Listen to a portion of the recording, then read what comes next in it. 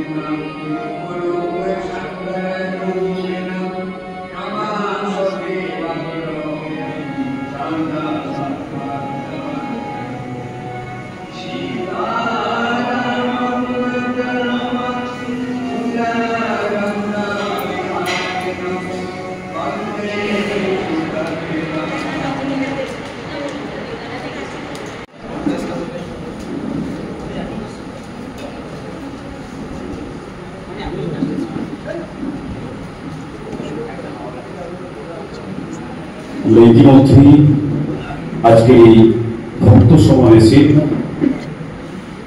পূজনীয় মহারাজদের আলোকোজ্জ্বল উপস্থিতি পেয়েছি। এই দিব্যত্রয়ীর শ্রীচরণ কমলে আপনি লুণ্ঠিত প্রণাম নিবেদন করি।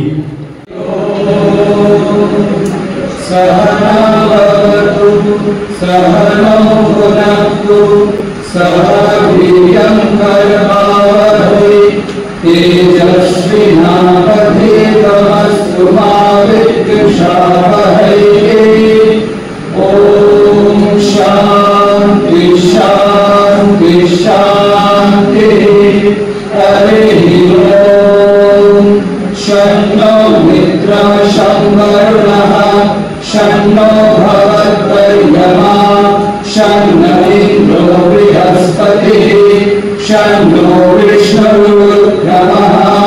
नमो ब्रह्मणे नमस्ते वायो त्वमेव प्रत्यक्षं ब्रह्मासि त्वामेव प्रत्यक्षं ब्रह्म वदिष्यामि कृतं वदिष्यामि सत्यं वदिष्यामि तन्मावतु तद्भक्तारमवतु अवतु माम् अवतु भक्तारम्।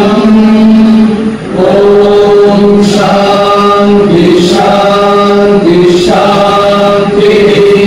हरिः ॐ। भद्रं कर्णेभिः शृणुयामदेवाः भद्रं पश्येमाक्षभिर्यजत्राः स्थिरैरङ्गैः सुष्ठुवांस्तनूभिः वशेन देवहितं यदायुः। स्वस्ति न इन्द्रो वृद्धश्रवाः स्वस्ति न पूषा विश्ववेदाः स्वस्ति नस्तासो अरिष्टनेमिः स्वस्ति नो बृहस्पतिर्दधातु। ॐ शान्ति शान्ति शान्तिः। हरिः ॐ। तच्छयो रात्रिमहे गातु यज्ञाय गातु यज्ञपतये दैवे स्वस्तिरस्तु नः स्वस्तिर्मानुषेभ्यः पूर्वं जिगातु भेषजं शन्नो अस्तु द्विपदे शं चतुष्पदे। ॐ शान्ति शान्ति शान्तिः। हरिः ॐ।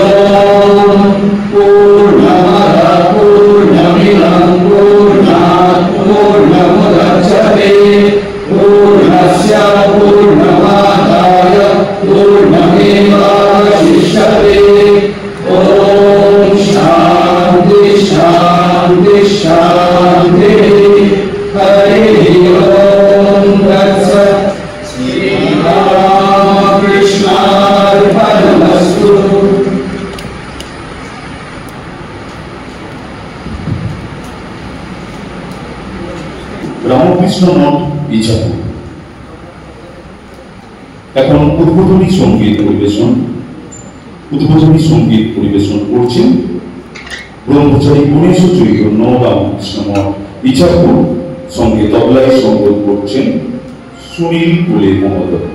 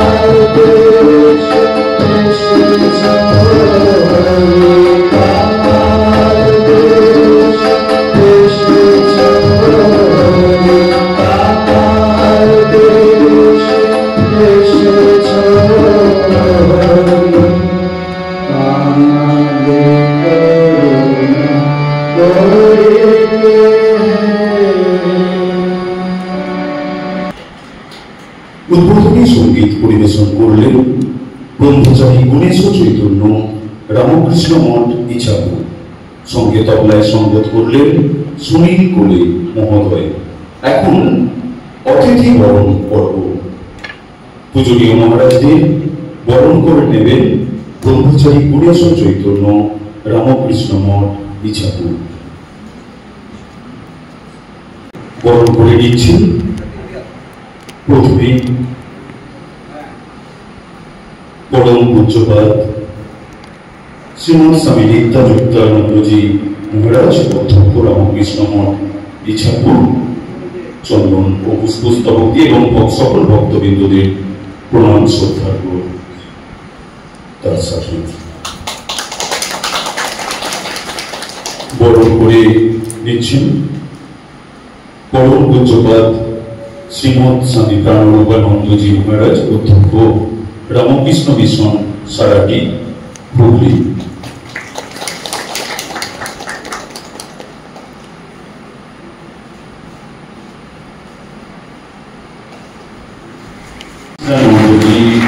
শ্রী চিত্রপট অর্পণ করছেন পুজোবেলা মহারাজ। একটু ঘুরে আজ শুধু এই আনন্দ ধামে আনন্দম আনন্দম এই আনন্দ মুখরিত সমাবেশ করতে সকলকে স্বাগত জানাচ্ছি। আপনারা নিজ নিজ আসন গ্রহণ করবেন যারা এখনো বাইরে রয়েছে।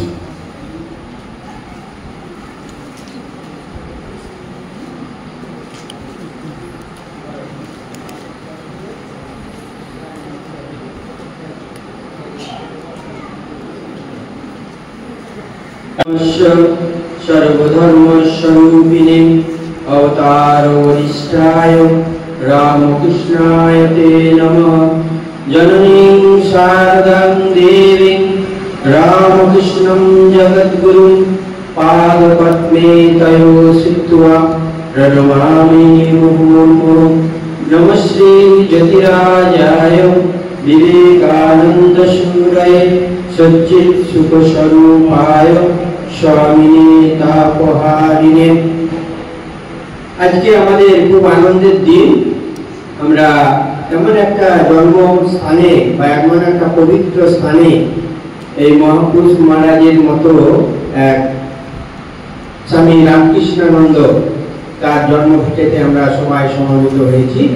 মঞ্চে উপস্থিত আছেন আমাদের খুব কি বলবো, মহারাজ আমার খুব নিকট খুব সম্পর্ক এবং মায়ের খুব ভালোবাসেন। আমরা পেয়েছি তাকে স্বামী লোকোত্তরানন্দজি মহারাজ কামারপুকুর মঠ মিশনে তিনি অধ্যক্ষ এবং উনি বেলুর মঠের কচি পরিষদের একজন সদস্য। আর আমরা পেয়েছি প্রাণরূপানন্দজি, যিনি সবাই বলে মামার বাড়ি সারাটি মায়াপুর, উনি আসছেন।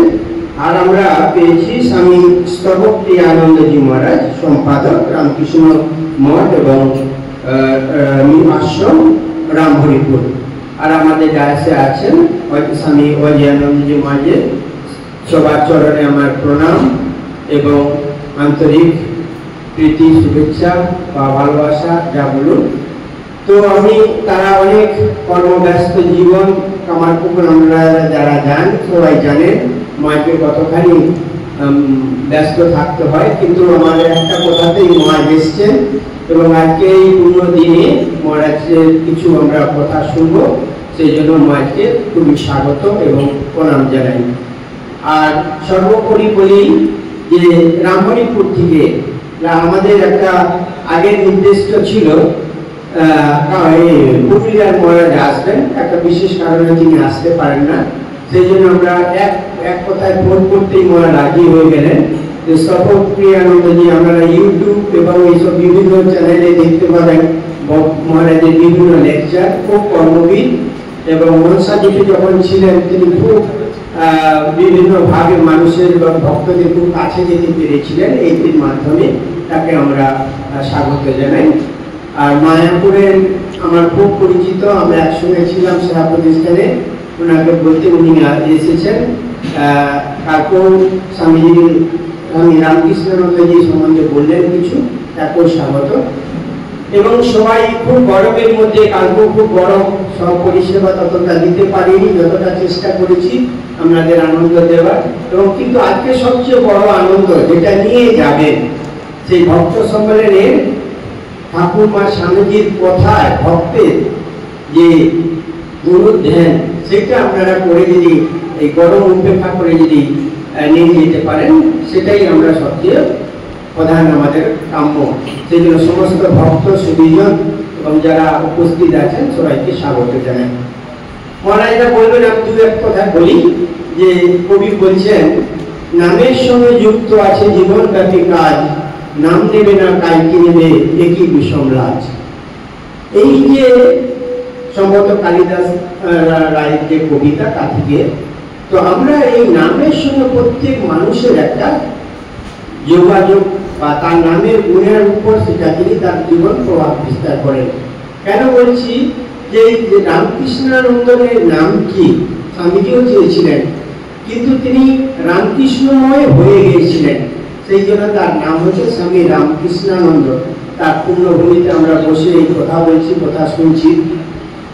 তার জীবনটাই শুধু ঠাকুর ছাড়া আর কিছু নেই, কিন্তু দীর্ঘদিন তিনি সাউথে চলে গিয়েছিলেন পরবর্তীকালে স্বামীজির নির্দেশে। কিন্তু আমরা বরানগর মঠ থেকে আজকে যতটা আমার মনে পড়ে 320টি সেন্টার, তিনি ছিলেন আমাদের মঠ মিশনের পিলার। তিনি যদি আজকে ঠাকুরকে জাগিয়ে না রাখতেন, সে বরানগরে সবাই জানেন কি অভাব অনটনের মধ্য দিয়ে তিনি অনেক দুবার চেষ্টা করেছিলেন একটু তীর্থ ভ্রমণ করতে, সেটাও তার হয় না। তার সেই অন্য তার যে প্রাণ, রামকৃষ্ণ প্রাণ, সেই আজ বিশেষ দিনে আমাদের সবাইকে স্বাগত জানিয়ে আজ মহাজে সেই পূর্ণ কথা ঠাকুরমা স্বামীজির সঙ্গে সঙ্গে রামকৃষ্ণানন্দজি মহাজের কিছু কথা আমরা শুনব। সবাই ধৈর্য শুনবেন এবং নিজের আনন্দ ভোগ করবেন। আমার ছোট কথা শেষ করলাম। ওম শান্তি শান্তি শান্তি। হরি ওম তৎসৎ। শ্রীরামকৃষ্ণায় নমস্তে। সাধকেন পরম পূজ্যপাদ শ্রীমৎ স্বামী নিত্যানন্দজি মহারাজ, অধ্যক্ষ রামকৃষ্ণ মঠ বিচারক, পূজনীয় মহারাজের শ্রীচরণ কমলে শ্রদ্ধাপূর্ণ প্রণাম জানাই। এখন কথামৃত পাঠ করবেন ব্রহ্মচারী রাঘব চৈতন্য, রামকৃষ্ণ মঠ বিচারক।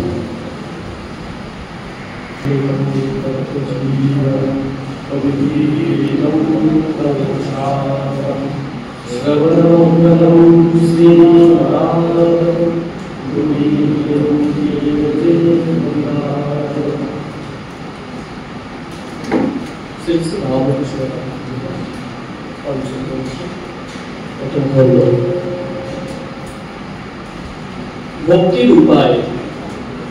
মাস্টার বিনীত ভাবে ঈশ্বরে কি করে মন হয়? শ্রী রামকৃষ্ণ, ঈশ্বরের নাম গুণগান সর্বদা করতে হয়, আর সৎসঙ্গ, ঈশ্বরের ভক্ত বা সাধু এদের কাছে মাঝে মাঝে যেতে হয়। সংসারের ভিতর ও বিষয় কর্মের ভিতর রাত দিন থাকলে ঈশ্বরে মন হয় না। মাঝে মাঝে নির্জনে গিয়ে তার চিন্তা করা বড় দরকার। প্রথম অবস্থায় মাঝে মাঝে নির্জন না হলে ঈশ্বরে মন রাখা বড়ই কঠিন। যখন চারা গাছ থাকে তখন তার চারিদিকে বেড়া দিতে হয়। বেড়া না দিলে ছাগল গরুতে খেয়ে ফেলে। ধ্যান করবে মনে কোণে ও বনে, আর সর্বদা সৎ অসৎ বিচার করবে। ঈশ্বরই সৎ কিনা নিত্য বস্তু, আর সব অসৎ কিনা অনিত্য। এই বিচার করতে করতে অনিত্য বস্তু মন থেকে ত্যাগ করবে। মাস্টার বিনীত ভাবে সংসারে কিরকম করে থাকতে হবে? শ্রী রামকৃষ্ণ, সব কাজ করবে কিন্তু মন ঈশ্বরেতে রাখবে। স্ত্রী, পুত্র, বাপ, মা সকলকে নিয়ে থাকবে ও সেবা করবে যেন কত আপনার লোক, কিন্তু মনে জানবে যে তারা তোমার কেউ নয়। বড় মানুষের বাড়ির দাসী সব কাজ করছে, কিন্তু দেশে নিজের বাড়ির দিকে মন পড়ে আছে। আবার সে মনিবের ছেলেদের আপনার ছেলের মতো মানুষ করে, বলে আমার রাম, আমার হরি, কিন্তু মনে বেশ জানে এরা আমার কেউ নয়।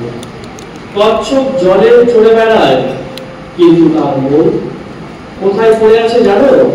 আড়াই পড়ে আছে, যেখানে তার ডিমগুলি আছে। সংসারের সব কর্ম করবে, কিন্তু ঈশ্বরে মন ফেলে রাখবে।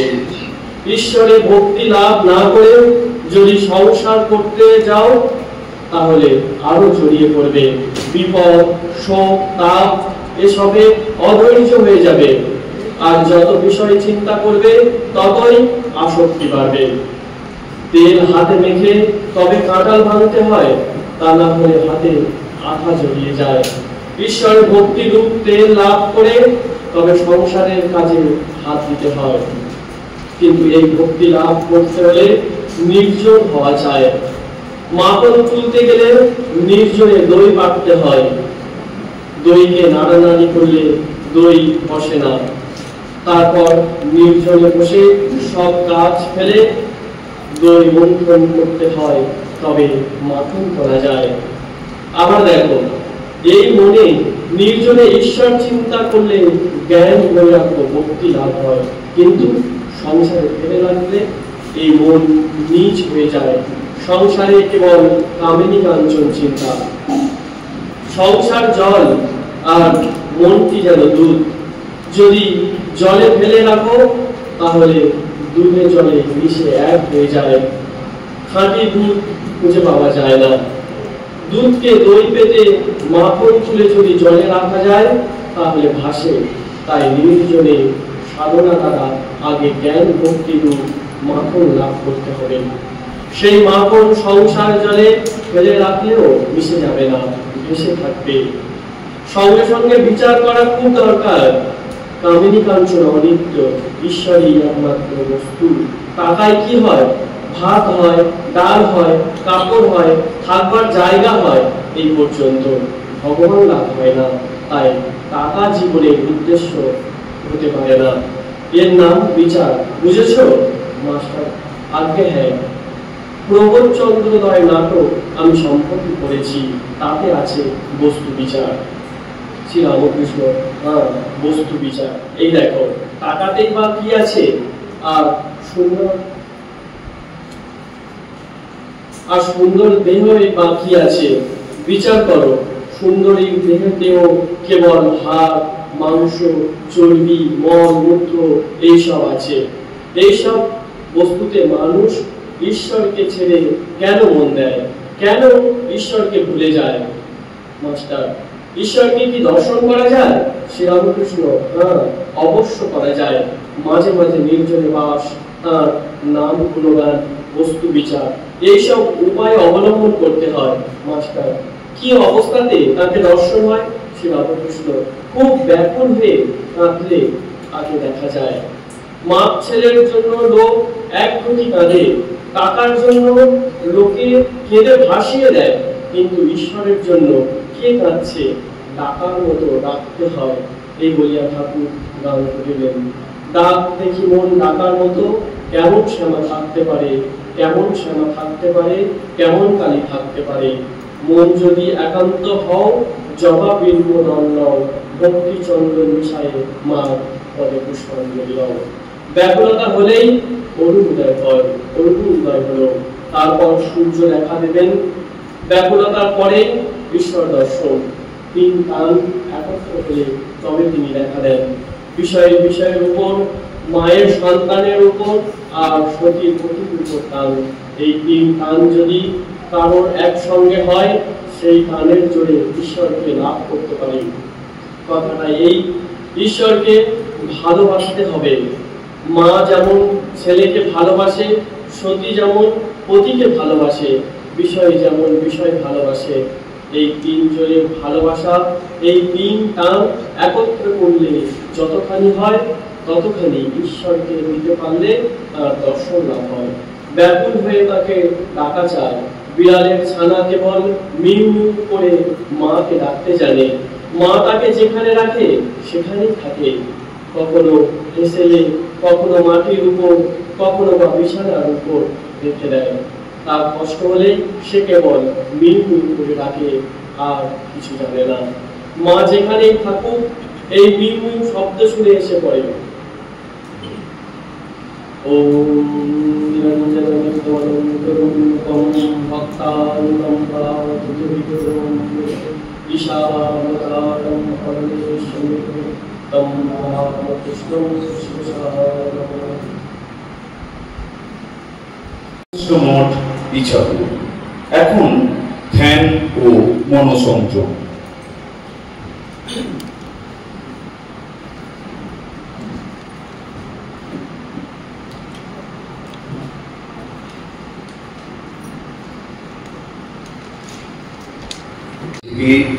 ভজন পরিবেশন করবেন শ্রী সুকান্ত বাগ মহোদয়।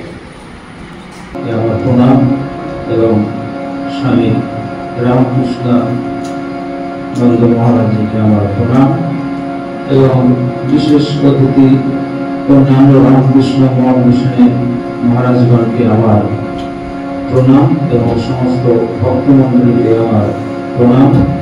আমি একটি ঠাকুরেরই কথামৃতের গান গেয়ে আপনাদের শোনাচ্ছি। গানটি লিখেছিলেন রামপ্রসাদ সেন ঠাকুরের প্রিয় গান।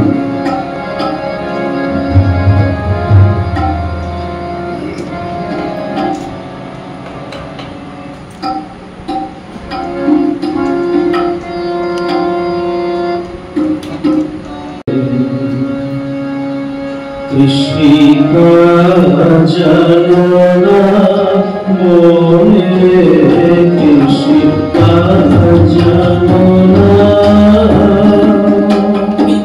এমনি মারো বিজনি রইল প্রতি আমার করলে দোষ এমনি মারো বিজনি রইল প্রতি আমার করলে দোষ মনে শিখা জানা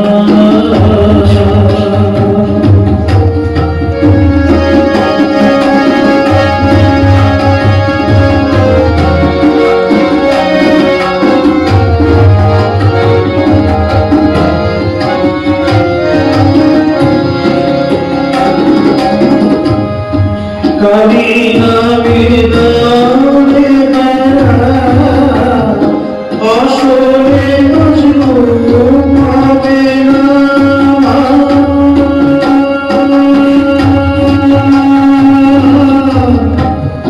কালিনা বিদানে আসলে বুঝলো পাবে না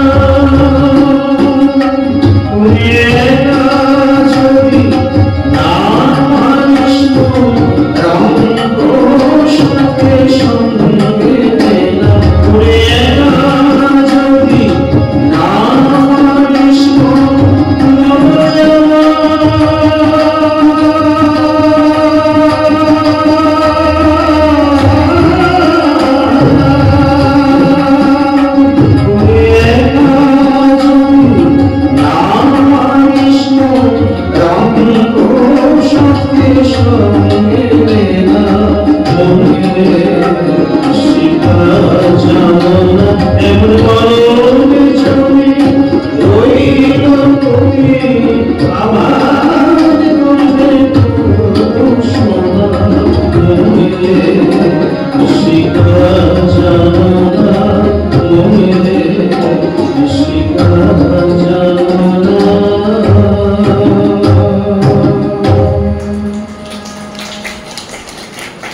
খুব খুব আনন্দ হচ্ছে এই সুমধুর সঙ্গীত শ্রবণে মোহিত হয়ে। আর পরিবেশন করলেন সঙ্গীত এই মুহূর্তে শ্রী সুকান্ত বাগ। আপনাদের সঙ্গে মহারাজ বলবেন চৈতন্য দায়িনী শ্রীমা সারদা দেবী বিষয়ে।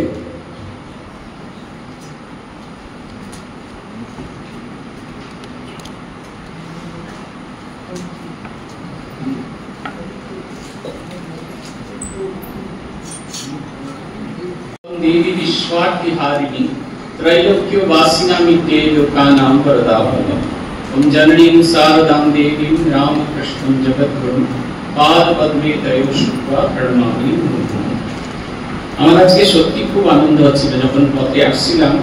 পূজনীয় নিত্যযুক্তানন্দজি মহারাজ বলছিলেন যে রামপ্রসাদের বাজার ক্রস করার পরে মন্দিরের চূড়ো দেখা যাবে। আমার মনে পড়ছিল অনেক বছর আগেকার ঘটনা, খুব সম্ভবত 1994 সালে এই আশ্রম যেদিন সরকারিভাবে রামকৃষ্ণ মিশনে পায় সেদিনকে আমরা তখন সদ্য যোগদান করা ব্রহ্মচারী বেলুর মঠের সব সন্ন্যাসীদের সঙ্গে আমরা এসেছিলাম। এত ভালো রাস্তাঘাট ছিল না, বড় রাস্তার উপর গাড়ি রেখে আলপথ ধরে আমরা হেঁটে এখানে এসেছিলাম। ভর্তি সকলের বাড়ি, মাত্র দুটি পাকা বাড়ি, একটি পুরনো মন্দির যেটি এবং একটি যেটি অনেক বছর রঞ্জিত মহারাজ ছিলেন সেই বাড়িটি। আর চতুর্দিকে শুধু এই চক্রবর্তীদের বাড়ি, তাদের সামনেটায় প্যান্ডেল করে সেখানে সাধুদের প্রসাদ পাওয়ার ব্যবস্থা হয়েছিল। আর একটা চওড়া জায়গা, সেখানে সভা হয়েছিল। সভা শেষে সেখানে সবাইকে প্রসাদ দেওয়া হলো, বসিয়ে প্রসাদ দেওয়া হলো। যেটা খুব আকর্ষণীয় ছিল, সাধু ব্রহ্মচারী থেকে আরম্ভ করে সাধারণ মানুষ সকলের মধ্যে যেন একটা আনন্দের একটা প্রবাহ চলছিল, যেটা ওই জায়গায় যাওয়া মাত্রই সেটা অনুভব করা যাচ্ছিল। আজকে এত বছর পরে সে এত কিছু হয়ে গেছে এবং এই এক তপস্যার জায়গায় যদিও স্বামী নিগলিপ্তানন্দজি সারাটা জীবন তপস্যা করেছেন এই জায়গাটিকে সেই নাথিং থেকে এভরিথিং করে দেওয়ার। আজকে এরকম জায়গায় এসে ভগবানের কথা বলতে পেরে আমি খুব আনন্দ বোধ করছি। মঞ্চে উপস্থিত পূজনীয় স্বামী লোকোত্তরানন্দজি মহারাজ, পূজনীয় স্বামী অজয়ানন্দজি মহারাজ, পূজনীয় স্বামী প্রাণনাথানন্দজি মহারাজ, প্রাণরূপানন্দজি মহারাজকে আমার ভক্তি বিনম্র প্রণাম জানাই। আশ্রম সম্পাদক স্বামী নিত্যযুক্তানন্দজি মহারাজকে আমার আন্তরিক শ্রদ্ধা প্রণাম জানাই। উপস্থিত সন্ন্যাসী ব্রহ্মচারী মহারাজদের আমার আন্তরিক ভালোবাসা স্নেহ জানাই এবং সমস্ত ভক্তমণ্ডলী ও মাতৃমণ্ডলীকে আমার আন্তরিক শ্রদ্ধা ও নমস্কার। আমার বলার বিষয় হচ্ছে চৈতন্য দায়িনী শ্রীমা সারদা দেবী। শ্রীরামকৃষ্ণদেবকে আমরা দেখে ভালোবাসতাম কয়েকটা গুণে। এক হচ্ছে তার ভুবন মোহন রূপ, একেবারে সেই অপূর্ব হরিতালের মতো গায়ের রং, চওড়া কপাল, চিকলো নাক, টানা চোখ, চোখ যেখানে শেষ হচ্ছে সেখান থেকে কান শুরু, পাতলা ঠোঁট, মরালির মতো গ্রীবা, চওড়া বুক, লম্বা হাত, বড় বড় পা। কেউ তার সেই রূপ দেখে মোহিত হতেন, কেউ বা তার গান শুনে মোহিত হয়েছেন। বলা হয়েছে যে শ্রীরামকৃষ্ণের সঙ্গীত যে একবার শ্রবণ করেছে তার এই জন্ম যদি শরীর যায় পর জন্মে এটা ক্যারি ফরওয়ার্ড করবে, এত সুন্দর। কেউ তার নাচ দেখে একেবারে মুগ্ধ হয়েছে। রামলাল দাদার বর্ণনা আছে, তিনি নাচতে নাচতে সমাধিস্থ হয়ে গেছেন, বাঁ হাতটা উপরের দিকে তুলে আছেন, চোখ অর্ধ নিমীলিত, আর সে হাসি দেখে মনে হচ্ছে ঘন কালো মেঘের ভেতরে যদি বজ্রপাত হয় যেরকম ঝিলিক হয় সেরকম ঝিলিক, যা দেখে মানুষ মোহিত। দু চোখের কোণ দিয়ে জল পড়ছে আর তিনি সেই নাচছেন, কখনো বা মত্ত অস্থির মতো নাচছেন সকলের মাঝখানে। কেউ দেখেছে তার অপূর্ব, কেউ শুনেছে তার অপূর্ব শব্দ। বর্ণনা আছে মনমোহন মিত্রের বাড়িতে ঠাকুর দিয়েছেন, গাড়ি থেকে নেমেছেন, তিনি কেমন আছো তোমরা এই কথাটি বলছেন, আপনারা কেমন আছেন এই কথা বলা মাত্র মনে হচ্ছে প্রতি স্বরের ভেতর দিয়ে সুধা জোরে জোরে পড়ছে। ভক্তদের এত আনন্দ বলছেন, ভেতরে বাইরে যেন একবার মনে হচ্ছে তুফান উঠেছে। আনন্দ তারা চেপে রাখতে পারছে না, তাদের মুখ দিয়ে যেমন আনন্দ প্রকাশিত হচ্ছে ভেতরটাও আনন্দে পূর্ণ হয়েছে। কেউ বা তার গভীর ভাব সমাধিকে দেখে মুগ্ধ হয়েছেন, আর কেউ বা তার নিজের ভাষায় আঁশ জল ছড়িয়ে দেওয়া সহজ স্বাভাবিক মানুষ, এত সুন্দর গল্প করছেন, এরকম মানুষ আর খুঁজে পাওয়া যায় না।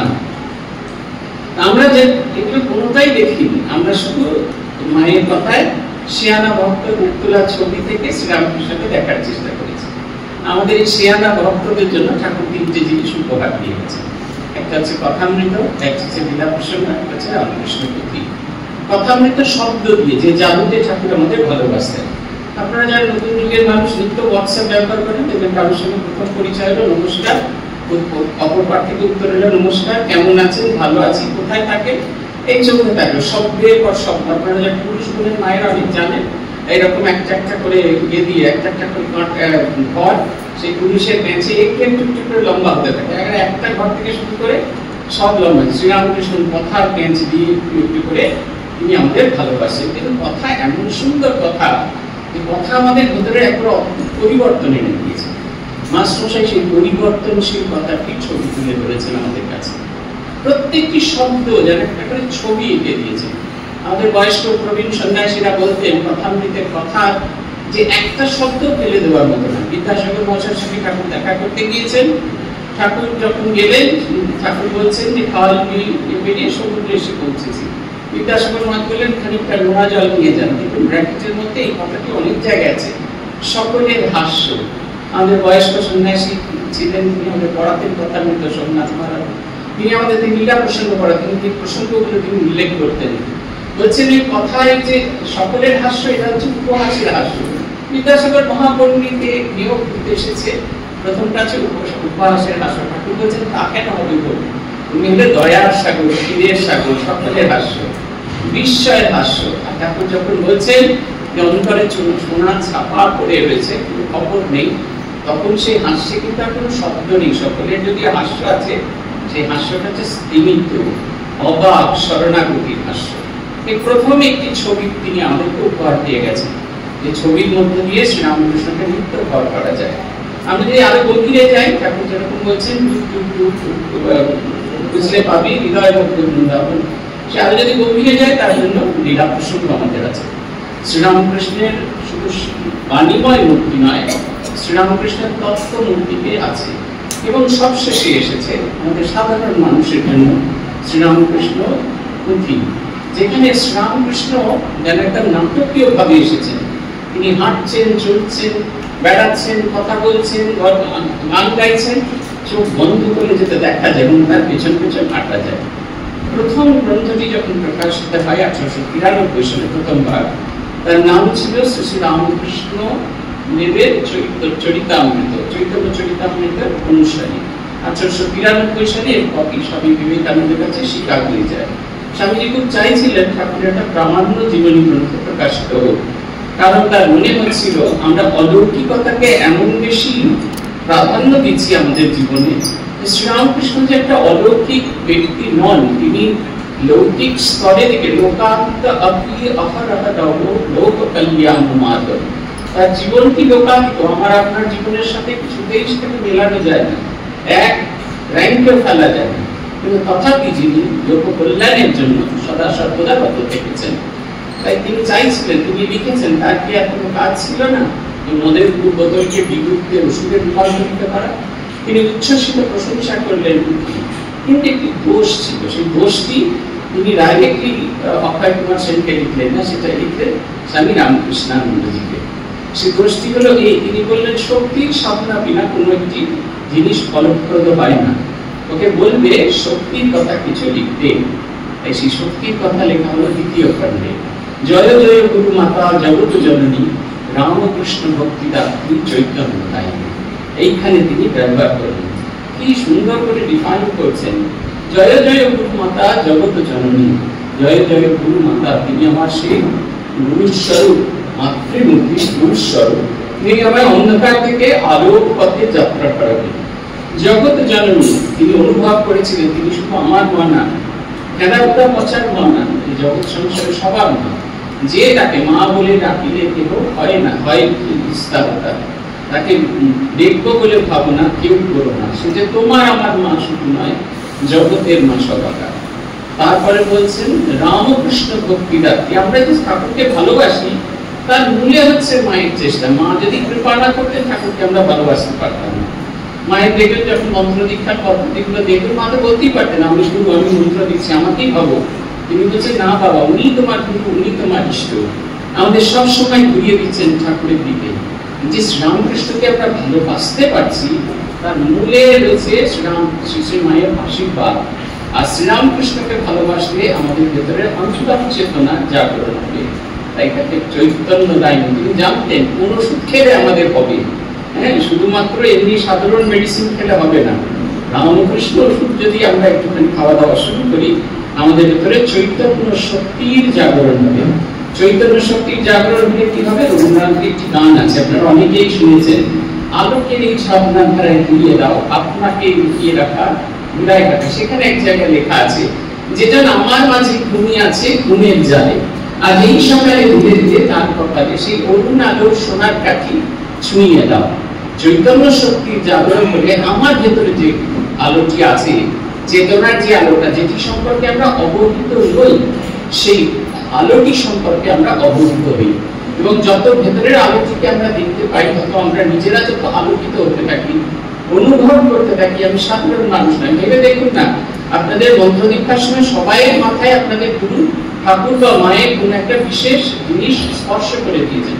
ঠাকুর নিজে বলছেন যে পরশমণি যখন লোহার তরবারিকে স্পর্শ করে, লোহার তরবারির আকারটা লোহার তরবারির মতোই থাকে, আকারটা তরবারির মতো থাকে, কিন্তু সেটা সোনায় রূপান্তরিত হয়, সে দিয়ে কখনো জীব হিংসা হয় না। অথচ আপনারা ভাবুন, আপনারা দীক্ষা টিকা নেওয়ার পর আপনাদের প্রথম কথা কিছু করতে বললে আমাদের তো সময় হয় না, এই কোয়েশ্চেন আনসার সেশনের কিছুক্ষণ বাদেই আসবে। ততক্ষণে এই প্রশ্ন আমরা সব জায়গায় ফেস করেছি, আপনার ঠাকুরের খুব কাছের লোক, মানে আপনার ঠাকুরের ভীষণ দূরের লোক। আমাদের যোগদান করার সময় হয় না, কিছু হয় না, আমরা কখনো বিশ্বাস করি না যে সেই পরস্পরের স্পর্শ আমাদের ভেতরে। চেতনার জাগরণ হলে এইটি কখনো আসবে না। আমাদের ওখানে একটি যুব সম্মেলন হয়েছিল, সেখানে যুব সম্মেলনের বিষয়বস্তু কিছু ঠিক করে দেওয়া হয়নি, বলা হয়েছে প্রস্তুত হয়ে আসবে আত্মজাগরণ এই বিষয়ে বলতে হবে। কিন্তু যখন সবাই ঢুকলেন, ওটাই ছিল একটা ছোট্ট কোয়েশ্চেন পেপার সকলের হাতে দিয়ে দেওয়া হয়েছিল। আমরা অল্প সংখ্যক ছাত্রছাত্রী রেখেছিলাম, সকলে যাতে পার্টিসিপেট করতে পারে। 4টি প্রশ্ন দেওয়া ছিল, তুমি কি মানুষের সেবা করো? Yes or no. যদি করো কেমন করে করো, যদি না করো কেমন করে করবে ভাবছো। স্বামী বিবেকানন্দের জীবনবাণী তোমায় কিভাবে প্রভাবিত করছে? সবাই মোটামুটি পথে কথা উত্তরই দিচ্ছিলেন। এই স্কুলের ঘর পরিষ্কার করবো, স্কুলের ঘরের সামনে বারান্দা পরিষ্কার করবো, এই করবো তাই করবো। একটি মেয়ে উঠে বললেন যে আমি প্রত্যেকবার পরীক্ষার সময় চারটি অতিরিক্ত কলম নিয়ে আসি, যাতে যদি কারোর পরীক্ষা চলাকালীন কলম কাজ না করে তাহলে আমি তাকে সাহায্য করতে পারি। আপনাদের অনেকেরই অভিজ্ঞতা আছে, আমার তো আছে, পরীক্ষায় কলম খারাপ হয়ে গেলে কি সমস্যা হয়, তখন এই যিনি একটি দেন কত সহজে, তখন আমি সেই অবস্থা থেকে মুক্ত হতে পারি। অথচ কন্যাটি বলছে একে যদি সেবা বলেন তাহলে এটা সেবা, কিন্তু সে মনে করতে পারছে না। আরেকজন বলছেন একজনকে সাইকেলে ধাক্কা মেরে চলে গেছে এবং সেই কারণে দাদু বসেছিলেন, তাকে তুলে আমি মোবাইল মেডিকেল সেন্টারে নিয়ে গেছি, সেখান থেকে তার ড্রেসিং করিয়ে তার বাড়িতে পৌঁছেছি, তাতে আমার একটা পিরিয়ড নষ্ট হয়েছে। এটাকে যদি আপনারা সেবা বলেন তাহলে এই যে দেখুন, এই যে ভেতরে সেবার মানুষকে ভালোবাসা, এই যে আগুনটা জ্বলছে, প্রদীপটা প্রজ্বলিত হয়েছে, অথচ তারা জানতে না। চৈতন্য এলে এই নিজের ভিতরে আমিটাকে সে অনুভব করতে পারে। মা বলছেন সে অনুভব করে আমার ভিতরে যিনি আর তুলে বাদ দিয়ে তিনি। এই জগতে যেমন নিজের ভেতরে আগুনটাকে আমরা অনুভব করতে পারি, তখন সকলের ভেতরে সেই আগুনটা একইভাবে আমরা এই অনুভব করতে পারি। আমরা যে চেতন, এই বোধটা আমাদের আছে, কিন্তু এই চৈতন্য দানের প্রশ্ন আসছে, কারণ দান না করলে হয় না। সাধারণ মানুষ এই জাগতিক বিষয়ে সচেতন, কিন্তু সেটি সর্বগত পরমাত্মা, সে যে বিরাটের অংশ, সেই বোধটা নেই। চৈতন্য দানের অর্থ হচ্ছে সেই বোধটির জাগরণ, যে জ্ঞানের দ্বারা সেই পরম তত্ত্ব জানা যায়, সেই পরম তত্ত্ব জ্ঞান লাভটিকে আমরা চৈতন্য দানের কথা বলছি। ঠাকুর তার একটি জায়গায় বলছেন, ও সারদা সরস্বতী জ্ঞান দিতে এসেছে। গম্ভীরানন্দজি মহারাজ শ্রী মায়ের জীবনী লিখতে গিয়ে লিখছেন, আমাদের মা জ্ঞানময়ী, জ্ঞানদাত্রী। এই যে স্বরূপটি সম্পর্কে আমাদের অবহিত করা, এটি হচ্ছে তার প্রথম কাজ। আপনি দেখবেন কোথাও কিন্তু মা বলছেন, আমরা যেরকম ভাবে অনেক সময় আপনাদের বলতে দেখি কেন এরকম করছেন, ওরকম কেন করছেন, আমাদের বলা হয় কিন্তু অন্ত নেই।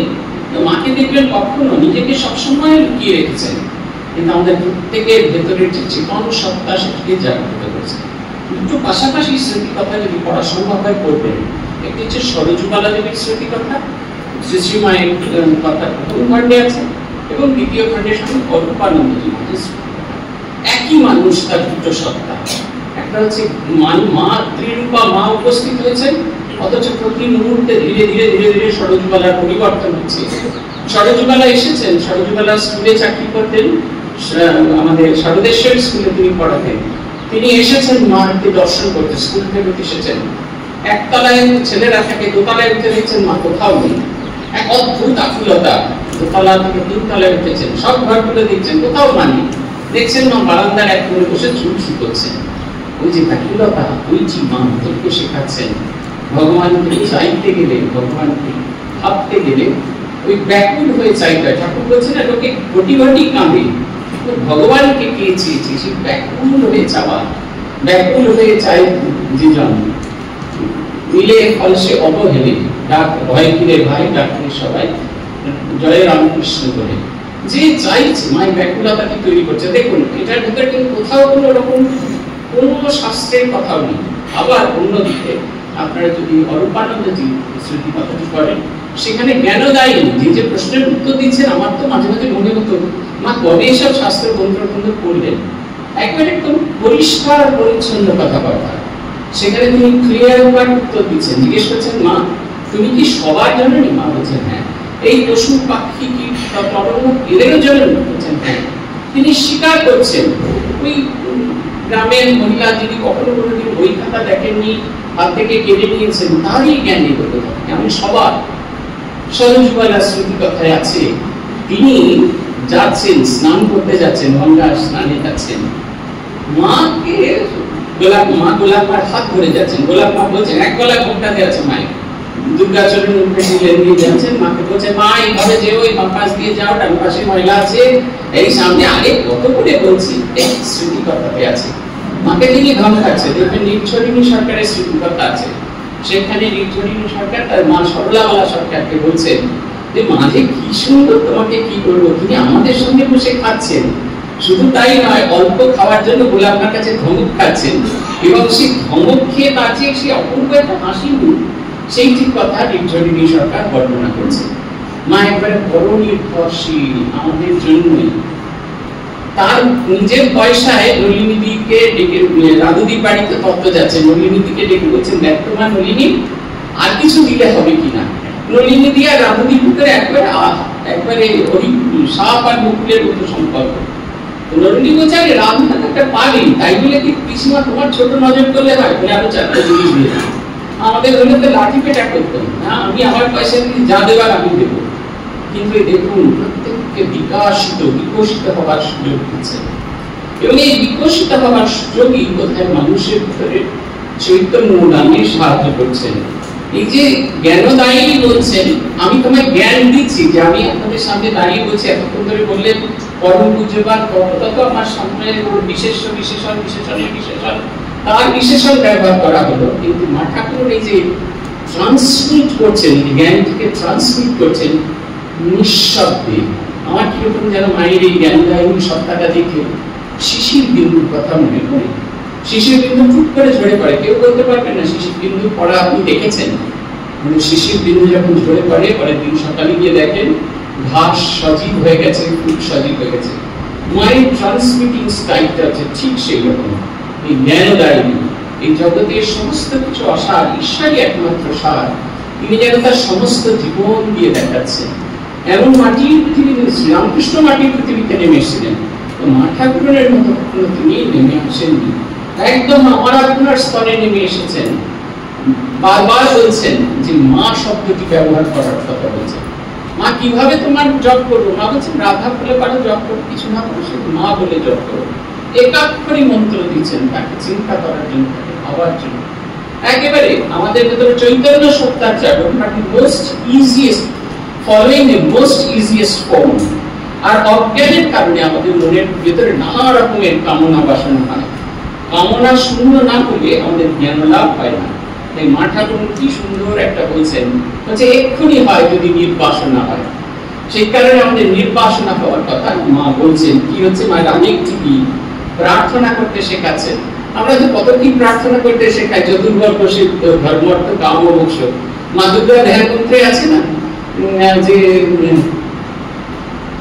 ওই চতুর্বর্গ শুদ্ধির জন্য আমরা প্রার্থনা করছি, ধর্ম অর্থ কাম মোক্ষ তার প্রার্থনা করছি। মা ঠাকুর কিন্তু সমস্ত প্রার্থনা করছেন না, পড়াতে শেখাচ্ছেন। বলছে নির্বাসনা হওয়ার, যদি বাসনা শূন্য হয়ে যেতে পারি তাহলে অটোমেটিক্যালি এই জগৎটা থেকে আমি মুক্ত হয়ে যাব। মাকে বলা হয় ঠাকুরের, তিনি হলেন ইচ্ছা মূর্তি। ঠাকুর ঠিক যেরকম প্রকাশিত হওয়ার চেষ্টা করেছিলেন তিনি ঠিক সেইভাবে প্রকাশিত হয়েছিলেন। ঠাকুর বারবার বলছেন বস্তু বিচার, কত কঠিন শব্দ, যে কোনটা থাকবে কোনটা যাবে না এই নিয়ে চর্চা করা। মা ওসবের ধার দিয়ে গেলেন না, বলে নির্বাসনা করো, আমার কিচ্ছু চাই না। উদাহরণ দিচ্ছেন, রাধুরানী গেছেন সেই এতে কন্যাকুমারী রামেশ্বরম দর্শন করতে গেছে। রামেশ্বরমের রাজা, রামনাথের রাজা, তিনি স্বামীজির শিষ্য। অতএব রাধার গুরুর গুরু, পরম গুরু এসেছেন। অতএব রাজকোষ খুলে দেওয়া হয়েছে, রাশি রাশি ধনরত্ন সব রয়েছে। আর মায়ের খালি মনে হচ্ছে যে তোমার তো এসবের কিছু প্রয়োজন, আপনির যদি লোক হয় তাহলে কি হয়। তারপরে রাজি বললেন এসব নিয়ে আমি কি করবো, আমার পেন্সিলটা ভেঙে গেছে, তোমাকে একটা পেন্সিল কিনে দেন। মায়ের মনে হয় যেন জ্বর ছাড়বে, বাইরে বেরিয়েছে 1 পয়সা দিয়ে পেন্সিল কিনে দেন। এই দেখুন, কেউ যদি নির্বাসনা হতে চাইছে, কেউ যদি নির্বাসনা হওয়ার চেষ্টা করছে, তার কি আনন্দ।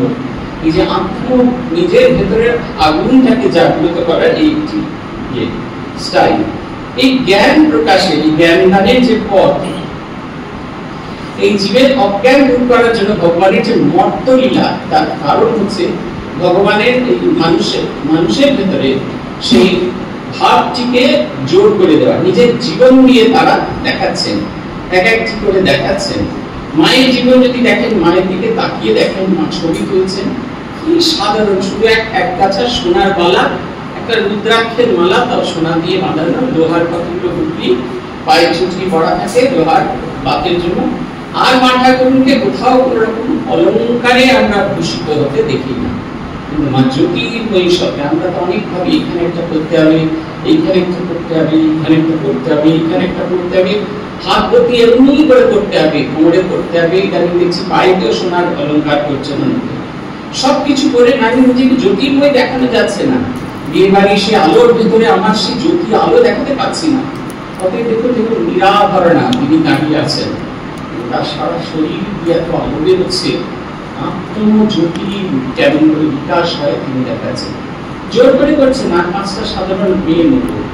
শিলংয়ের ভক্ত, তিনি এসে ভেবেছিলেন, মাকে এসে দেখলেন, মা একটি সোনার সিংহাসনে বসে আছেন, উপাস দিয়ে জয়া বিজয়া তাকে হাওয়া করছেন। এসে দেখলেন মা সেই ধৃত পায়ে বাঁ পা টেনে টেনে চলছেন।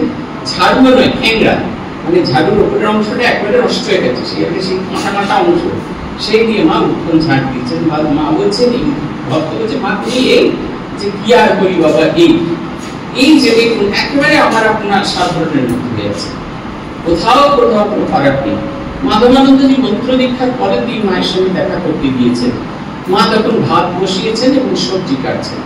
মাধবানন্দজির প্রশ্ন, মা আগের দিনে বলেছিলেন সবসময় বাবা তার নাম করবে, কিরকম করে নাম করবে, প্রশ্নটা করা হয় উঠিনি। মা জল চাপালেন, জল চাপিয়ে দিয়ে বলছেন, এই আমরা বহু মেয়ে মানুষ, বুঝলে তো, এই জল চাপিয়ে দিলাম, একটু জপ করে নিলাম, তারপর আবার একটু চাল দিয়ে চাপিয়ে দিলাম, আর একটু জপ করে নিলাম। একটা স্ট্রেইট বার্তা মাধবানন্দজিকে তিনি দিচ্ছেন। বার্তাটা কি? সব কাজের ফাঁকে ফাঁকে সর্বাবস্থায় তাকে চিন্তা করো। আমরা ভূতেশ আনন্দজি মাঝে জিজ্ঞেস করেছিলাম, আজ কলেজে ভীষণ সমস্যা, পলিটেকনিক কলেজে পোস্টিং হয়েছিল, তো সারাদিন কাজ করতে হয়। মহারাজ হোসেন বললেন, মা সারাদিন কাজ করো, অকাজও অনেক করো, অকাজগুলোকে যদি যুক্ত করে থাকো তাহলে জব ধ্যানের জন্য কত কেজো যে সময় পাবে তা ঠিক নেই। ওনার শব্দ হচ্ছে জব করে ঢেউ ঢেউ খেয়ে যাবে। এই যে আমার যে নিজের যে পরিমণ্ডল, মায়ের জ্ঞানের দেওয়ার স্টাইলটা হচ্ছে আমার যে নিজের পরিমণ্ডল, এটারই পরিবর্তন। এগুলোই কিন্তু পূর্বাপূর্ব অবতারে দেখেছি। আপনারা দেখবেন শ্রীমদ্ ভগবত গীতার প্রথম অধ্যায়, অর্জুনের কষ্ট হচ্ছে, তার দুঃখ হচ্ছে, তার শোক হচ্ছে। দ্বিতীয় অধ্যায়ে শ্রীকৃষ্ণ তাকে বোঝানোর চেষ্টা করছেন, এই যে যাদের দেখছো এরা মারাই গিয়েছে আগে থেকে। এদেরকে তুমি মারতে পারো না, এদের শুধুমাত্র শরীরটাকে, তুমি শরীরটা যাবে, আসল যে ভেতরের যে বস্তু আছে তাকে তুমি মারতে পারো না। এইবার ট্রান্সফরমেশন করছেন কি করে এই মনটিকে ভগবানের দিকে নিয়ে যেতে হয়। দ্য মোস্ট ইজিয়েস্ট ওয়ে কর্মযোগ। আমরা যে নিত্যদিনের যে কাজ করি সেটাকে কেমন করে একটু একটু করে কবুল করতে করলে আমি ভগবানের দিকে যেতে পারবো। কর্মযোগ, ভক্তিযোগ, জ্ঞানযোগ, এইভাবে যোগে এগিয়ে চলেছেন। যখন নবম অধ্যায় গিয়ে দেখলেন যে শ্রীকৃষ্ণের মন তৈরি হয়ে গেছে, তখন দশম অধ্যায় তিনি তার আত্মস্বরূপকে দর্শন করালেন। আত্মস্বরূপকে দর্শন করতে গিয়ে তিনি বলছেন যে আমি বুঝেছি জগৎ সংসারে যদি সবাই ছেড়ে চলে যায়, আমি জানবো যে তুমি আমাকে কখনো ছেড়ে চলে যাবে না। তাই যদি জানতে হয় তোমাকেই জানবো। মা ঠাকুর বলছেন, বাবা আর কি বলবো, তোমার আর কেউ থাকুক না থাকুক সবসময় জানবে তোমার একজন মা আছে। অর্জুনের অনুভব আর মা ঠাকুরের কথায় দুটো যেন এক জায়গায় এসে দাঁড়িয়েছে। অসম্ভব শুনতে। এই শাস্ত্রীয় সিদ্ধান্ত, শাস্ত্রের কথা না হলে আমাদের হিম টিম ছাট করে না বললে তো আমরা বুঝতে পারি কিন্তু শাস্ত্রের কথা। মা ঠাকুর সেইটা আমার আপনার সোজাসুজি বাংলায় এগুলিকে বলছেন। এই জ্ঞানদানের যে পদ্ধতি, এটা নানা রকমের পদ্ধতি আছে। কখনো অবতারের ইচ্ছার ফলে বদল হয়ে যায়। গিরিশচন্দ্র ঘোষ ঠাকুরের হাতের বাইরেই চলে গেছেন। জীবনীকাররা বর্ণনা করছেন ঠাকুর তার নিজের সঙ্গীতে নানা জায়গায় কালি ঝুড়ি মাখিয়ে রেখে দিয়েছেন। অনেক যুদ্ধক্ষেত্রে যখন সৈনিকরা যুদ্ধ করে, সেই নানা রকমের মুখটুকে দাগ টাগ দেওয়া থাকে, জলপাই রকমের পোশাক পরে যাতে প্রকৃতির সাথে যুক্ত হয়ে থাকতে পারে। আবার যখন প্রয়োজন শেষ হয়ে যায় তাকে ডেকে নেন। ঠিক সেই রকম ভাবে তিনটি অলঙ্কার করিয়ে গিরিশ ঘোষকে তিনি বসিয়ে রেখেছিলেন। একটা হচ্ছে বেশ্যা শক্তি, একটা হচ্ছে সুরা শক্তি, আর হচ্ছে একটা নটবর ভাব, নটবর ফ্লার্টিং নেচার। এই তিনটি কিন্তু শ্রীরামকৃষ্ণের কাছে আস্তে আস্তে তার সমস্ত কিছু পরিবর্তন হয়ে গেল। একটা গোটা মানুষকে বদল করে দিলেন তার ইচ্ছা শক্তিতে, তার চেষ্টায়। গিরিশচন্দ্র ঘোষ এক অন্য গিরিশের রূপান্তরিত হলেন। এটা হচ্ছে অবতারের শক্তিতে, অবতারের ইচ্ছায়। কিন্তু মা ঠাকুরের ইচ্ছাটা অসম্ভব। তিনি দেশ কাল পাত্র ভেদে তাদের কৃপা করেছেন, আশীর্বাদ দিয়ে কৃপা করেছেন, মন্ত্র দিয়ে কৃপা করেছেন, কেমন করে জীবন পরিচালিত হবে সেইভাবে উপদেশ দিয়ে কৃপা করেছেন। একজন লিখছে মাকে, মা চাকরি চলে গেছে, একটা জায়গায় চাকরি করি সেখানে অসত্য কথা বলতে হয়, তাহলে কি চাকরি করবো? আমরা বলে হ্যাঁ নিশ্চয়ই চাকরি ছেড়ে দাও, অসত্যের সঙ্গে ঘর করতে হয়। মা ঠাকুর বলছেন না না, ওকে বলো একটা অন্য থেকে চলে যেতে। আজ চাকরি মিথ্যে কথা বলতে হচ্ছে বলে চাকরি করছে, চাকরি ছেড়ে দেওয়ার কথা ভাবছে। কাল যখন চাকরি থাকবে না, যখন ছেলেপুলেদের সন্তানদের খেতে দিতে পারবে না, তখন অন্যের পক্ষে চাকরি বসাটা কিছু কষ্ট পাবে না, দ্বিধা করবে না। এটা হচ্ছে মা ঠাকুরের কথা। কি সুন্দর স্পেসিফিক কথা। এইরকম উপদেশ, এইরকম জ্ঞান আমরা নিই। আরেকটি জ্ঞান দানের আরেকটি জিনিস হচ্ছে সমদৃষ্টি। সেটা যিনি দেখিয়েছেন স্বামী শারদানন্দজিও তার কাছে যেরকম, আর আমজাদও তার কাছে সেই রকম। এই যে তার দৈবী শক্তি, তার অভিব্যক্তি এইভাবে প্রকাশিত হয়েছে। মানুষের ভেতরে কোনো ফারাক নেই। যে পুজো করে আমজাদ যে অত গোলমাল করেছে, তার ভেতরেও মাসে একই চৈতন্য সত্তাকে দিচ্ছে, যা তিনি সর্বত্যাগী সন্ন্যাসী শারদানন্দজির মতো দেখছেন। অনেক সময় বিভিন্ন সময় মায়ের কথার ভিতরে তিনি তার দৈবী সত্তাকে প্রকাশ করেছেন, কিন্তু তবুও যেন মনে হচ্ছে তিনি আমাদের মাঝখানে তার করুণায় প্রকাশ করেছেন। সরোজবালার আরেকটি স্মৃতি কথা আছে। সরোজবালা ওপর থেকে ছাদ থেকে কাপড় জামা তুলে নিয়ে এসে ভাঁজ করছেন। আকারে খুব ছোট ছিলেন সরোজবালা, তাই আলনার পেছনে তিনি থেকে গেছেন, মা ঠাকুর দেখতে পান না। এদিকে মা মাথায় ঘুমটা দিয়ে এসে ঠাকুরকে বলছেন, চলো ঠাকুর খেতে দেওয়া হয়েছে। গোপালকেও বলছেন, চলো গোপাল খেতে দেওয়া হয়েছে। বলে পঞ্চপাত্র তুলে যেই ঘুরেছেন, সরোজবালা দাঁড়িয়ে আছেন। মা ধরা পড়ে গেছেন। মা বলছেন, সকলকে ডেকে নিয়ে যাচ্ছি বলে মা হাঁটা শুরু করলেন। সরোজবালার মনে হলো যে এই যে তার পেছন পেছন যেন যাচ্ছেন, ভগবানকে কিরকম ভাবে ভাবতে হয়। উচ্চ চিন্তা করার সময় কোন রকম কপটতা নয়, আন্তরিকতায় যে মূল কথা, সেটি যেন তিনি তার আচরণ দিয়ে বোঝাচ্ছেন। তিনি তো দেবী, তিনি ডাকলেই সবাই শুনবে তার কথা। হ্যামিলিনের বাঁশিওয়ালার মতো আমরা দেখেছি। পূজ্যপাদ ভূতেশানন্দজির কথা এই গল্পটা আমি অনেক জায়গায় বলেছি। অখণ্ডানন্দজির জন্মতিথিতে পূজ্যপাদ ভূতেশানন্দজি এসেছিলেন হেডকোয়ার্টার্সে, বাথরুমে যেতে হবে। এখন যে বাচ্চা বলভদ্রানন্দজি বসেন, সেই ঘরে শিবমানন্দজি বসতেন। সেই ঘরে এলেন, আত্মস্থানজি গোবরে হাত দিয়ে দাঁড়িয়ে আছেন, বলছেন মহারাজ শেষকালে এখানে এইটি করলেন নয়, বলে যেখানে যেটি করতে হয় সেখানে সেটি করতে হয়। মহারাজ বললেন, আত্মস্থানজি বলছে তাহলে হেঁটে চলুন, তিনি হাঁটছেন। বললেন ভালোই হলো, ওখানে রোদ্দুরে ছাতা ধরে করতো, এখানে বেশ ঢাকা বারান্দায় হাঁটতো। মহারাজ হাঁটতে হাঁটতে উল্টো দিকে যে টেলিফোন ইয়েতে সেইখানে অব্দি পৌঁছেছেন। তখন দেখা গেল ট্রেনিং সেন্টারের কর্মচারীরা প্রণাম করতে এসে মহারাজকে, একটা যেন দল, একটা যেন মানুষের মালা মহারাজের পেছন পেছন চলছে। আত্মস্থানজি বলছেন যে দেখুন দেখুন লজেন্স দিয়ে কি করেছেন, ছেলেগুলো কিরকম আপনার পেছন পেছন যাচ্ছে। উনি বলছেন আমি কি করবো, আমার কাছে যা আছে সব বিলিয়ে দিতে হবে, আমি তো তার ভিজে রাখি না। মহারাজ বলছে আমরা ভিজে রাখি, আপনি জেনে গেছেন, তার সব বিতরণ করে দেবো। মহারাজের উত্তর পরের ধরে বলতে কোনো কষ্ট নেই। মহারাজ ফিরে গেলেন আত্মস্থানজির ঘরে, একটা চেয়ারে বসানো হলো, সেই লজেন্স প্রথম প্রাপক স্বামী আত্মস্থানজি, তিনি ঘরের ভেতরে নাচছেন, আর দর্শক আমরা সবাই সেখানে যারা সেখানে দাঁড়িয়েছিলাম সেটা দর্শন করছেন, আনন্দ বিকিরণ করছেন, কত সহজ আনন্দ। এইটা আমরা দেখেছি, এইটা থেকে ভাবার চেষ্টা করুন মা ঠাকুরের উপস্থিতি কত সহজ, বাতাসের মতো সহজ, একেবারে সহজ, বুঝতেই দিচ্ছেন না তিনি আমাদের সঙ্গে সঙ্গে আছেন। আমাদের মোক্ষপ্রাণা মাতাজির স্মৃতি কথা এক জায়গায় একটা আছে, একজন ব্রহ্মচারিণী মাতাজি রান্না শেষ করে মায়ের কাছে, প্রেসিডেন্ট মাতাজির কাছে এসেছেন। লোডশেডিং হয়েছে, মাতাজি তখন একটা তাল পাখা দিয়ে হাওয়া খাচ্ছিলেন। সেই তাল পাখা দিয়ে হাওয়া করতে করতে কান্ত ব্রহ্মচারিণীকে হাওয়া করতে করতে মাতাজি গাইছেন, বায়ু থেকে তোমারে বাতাস করে অন্ধকার। আমরা বুঝতে পারিনি বায়ু চতুর্দিকে আছে, পাখাগুলো চলছে বলেই কিন্তু আমরা বুঝতে পারছি। মা তেমনি তার কৃপা, তার জ্ঞানের কৃপা দিয়ে, জ্ঞান দিয়ে আমাদের আবৃত করে রেখেছেন, আমাদেরকে আটকে রেখেছেন, আমাদের বুঝতে দিচ্ছেন না। এই বোঝাটা হচ্ছে আমাদের একমাত্র কাজ। এই যত গভীরে, যত ভালোভাবে তার সেই কথাটা আমরা বুঝতে পারবো, ততদিন তত গভীরে, তত দ্রুত আমরা সেই ভগবৎ সত্তা প্রাপ্ত হতে পারবো। গানেতে আছে আমার চেতনা চৈতন্য করে দে মা চৈতন্যময়ী। ভগবানের কাছে, শ্রী শ্রী মায়ের কাছে প্রার্থনা, আমাদের হৃদয়ের ভেতরে সেই জ্ঞানাগ্নি প্রজ্বলিত হোক, আমাদের সেই অচৈতন্য সত্তাকে তুলে আমরা তার চৈতন্য সত্তায় অবগাহন করে নিজেদের ভেতরে যে আলো সেটি সম্পর্কে অবহিত করতে পারি, সেটিকে আলোকিত করতে পারি। প্রথমবার পোস্টিং হয়ে যাচ্ছি বেলুড় মঠ থেকে বেলঘড়িয়া স্টুডেন্টস হবে, আত্মস্থানজি জিজ্ঞেস করছেন মন খারাপ হয়েছে? ভীষণ মন খারাপ হয়েছে। বলছেন কেন মন খারাপ হয়েছে? বেলুড় মঠ থেকে চলে যেতে হচ্ছে তাই মন খারাপ হয়েছে। মহারাজ বললেন দুর্গা পুজোর সময় জাগ প্রদীপ জ্বলে দেখেছিস? হ্যাঁ দেখেছি। সে আলোটা কিরকম থাকে? বেশ বড় আলো থাকে।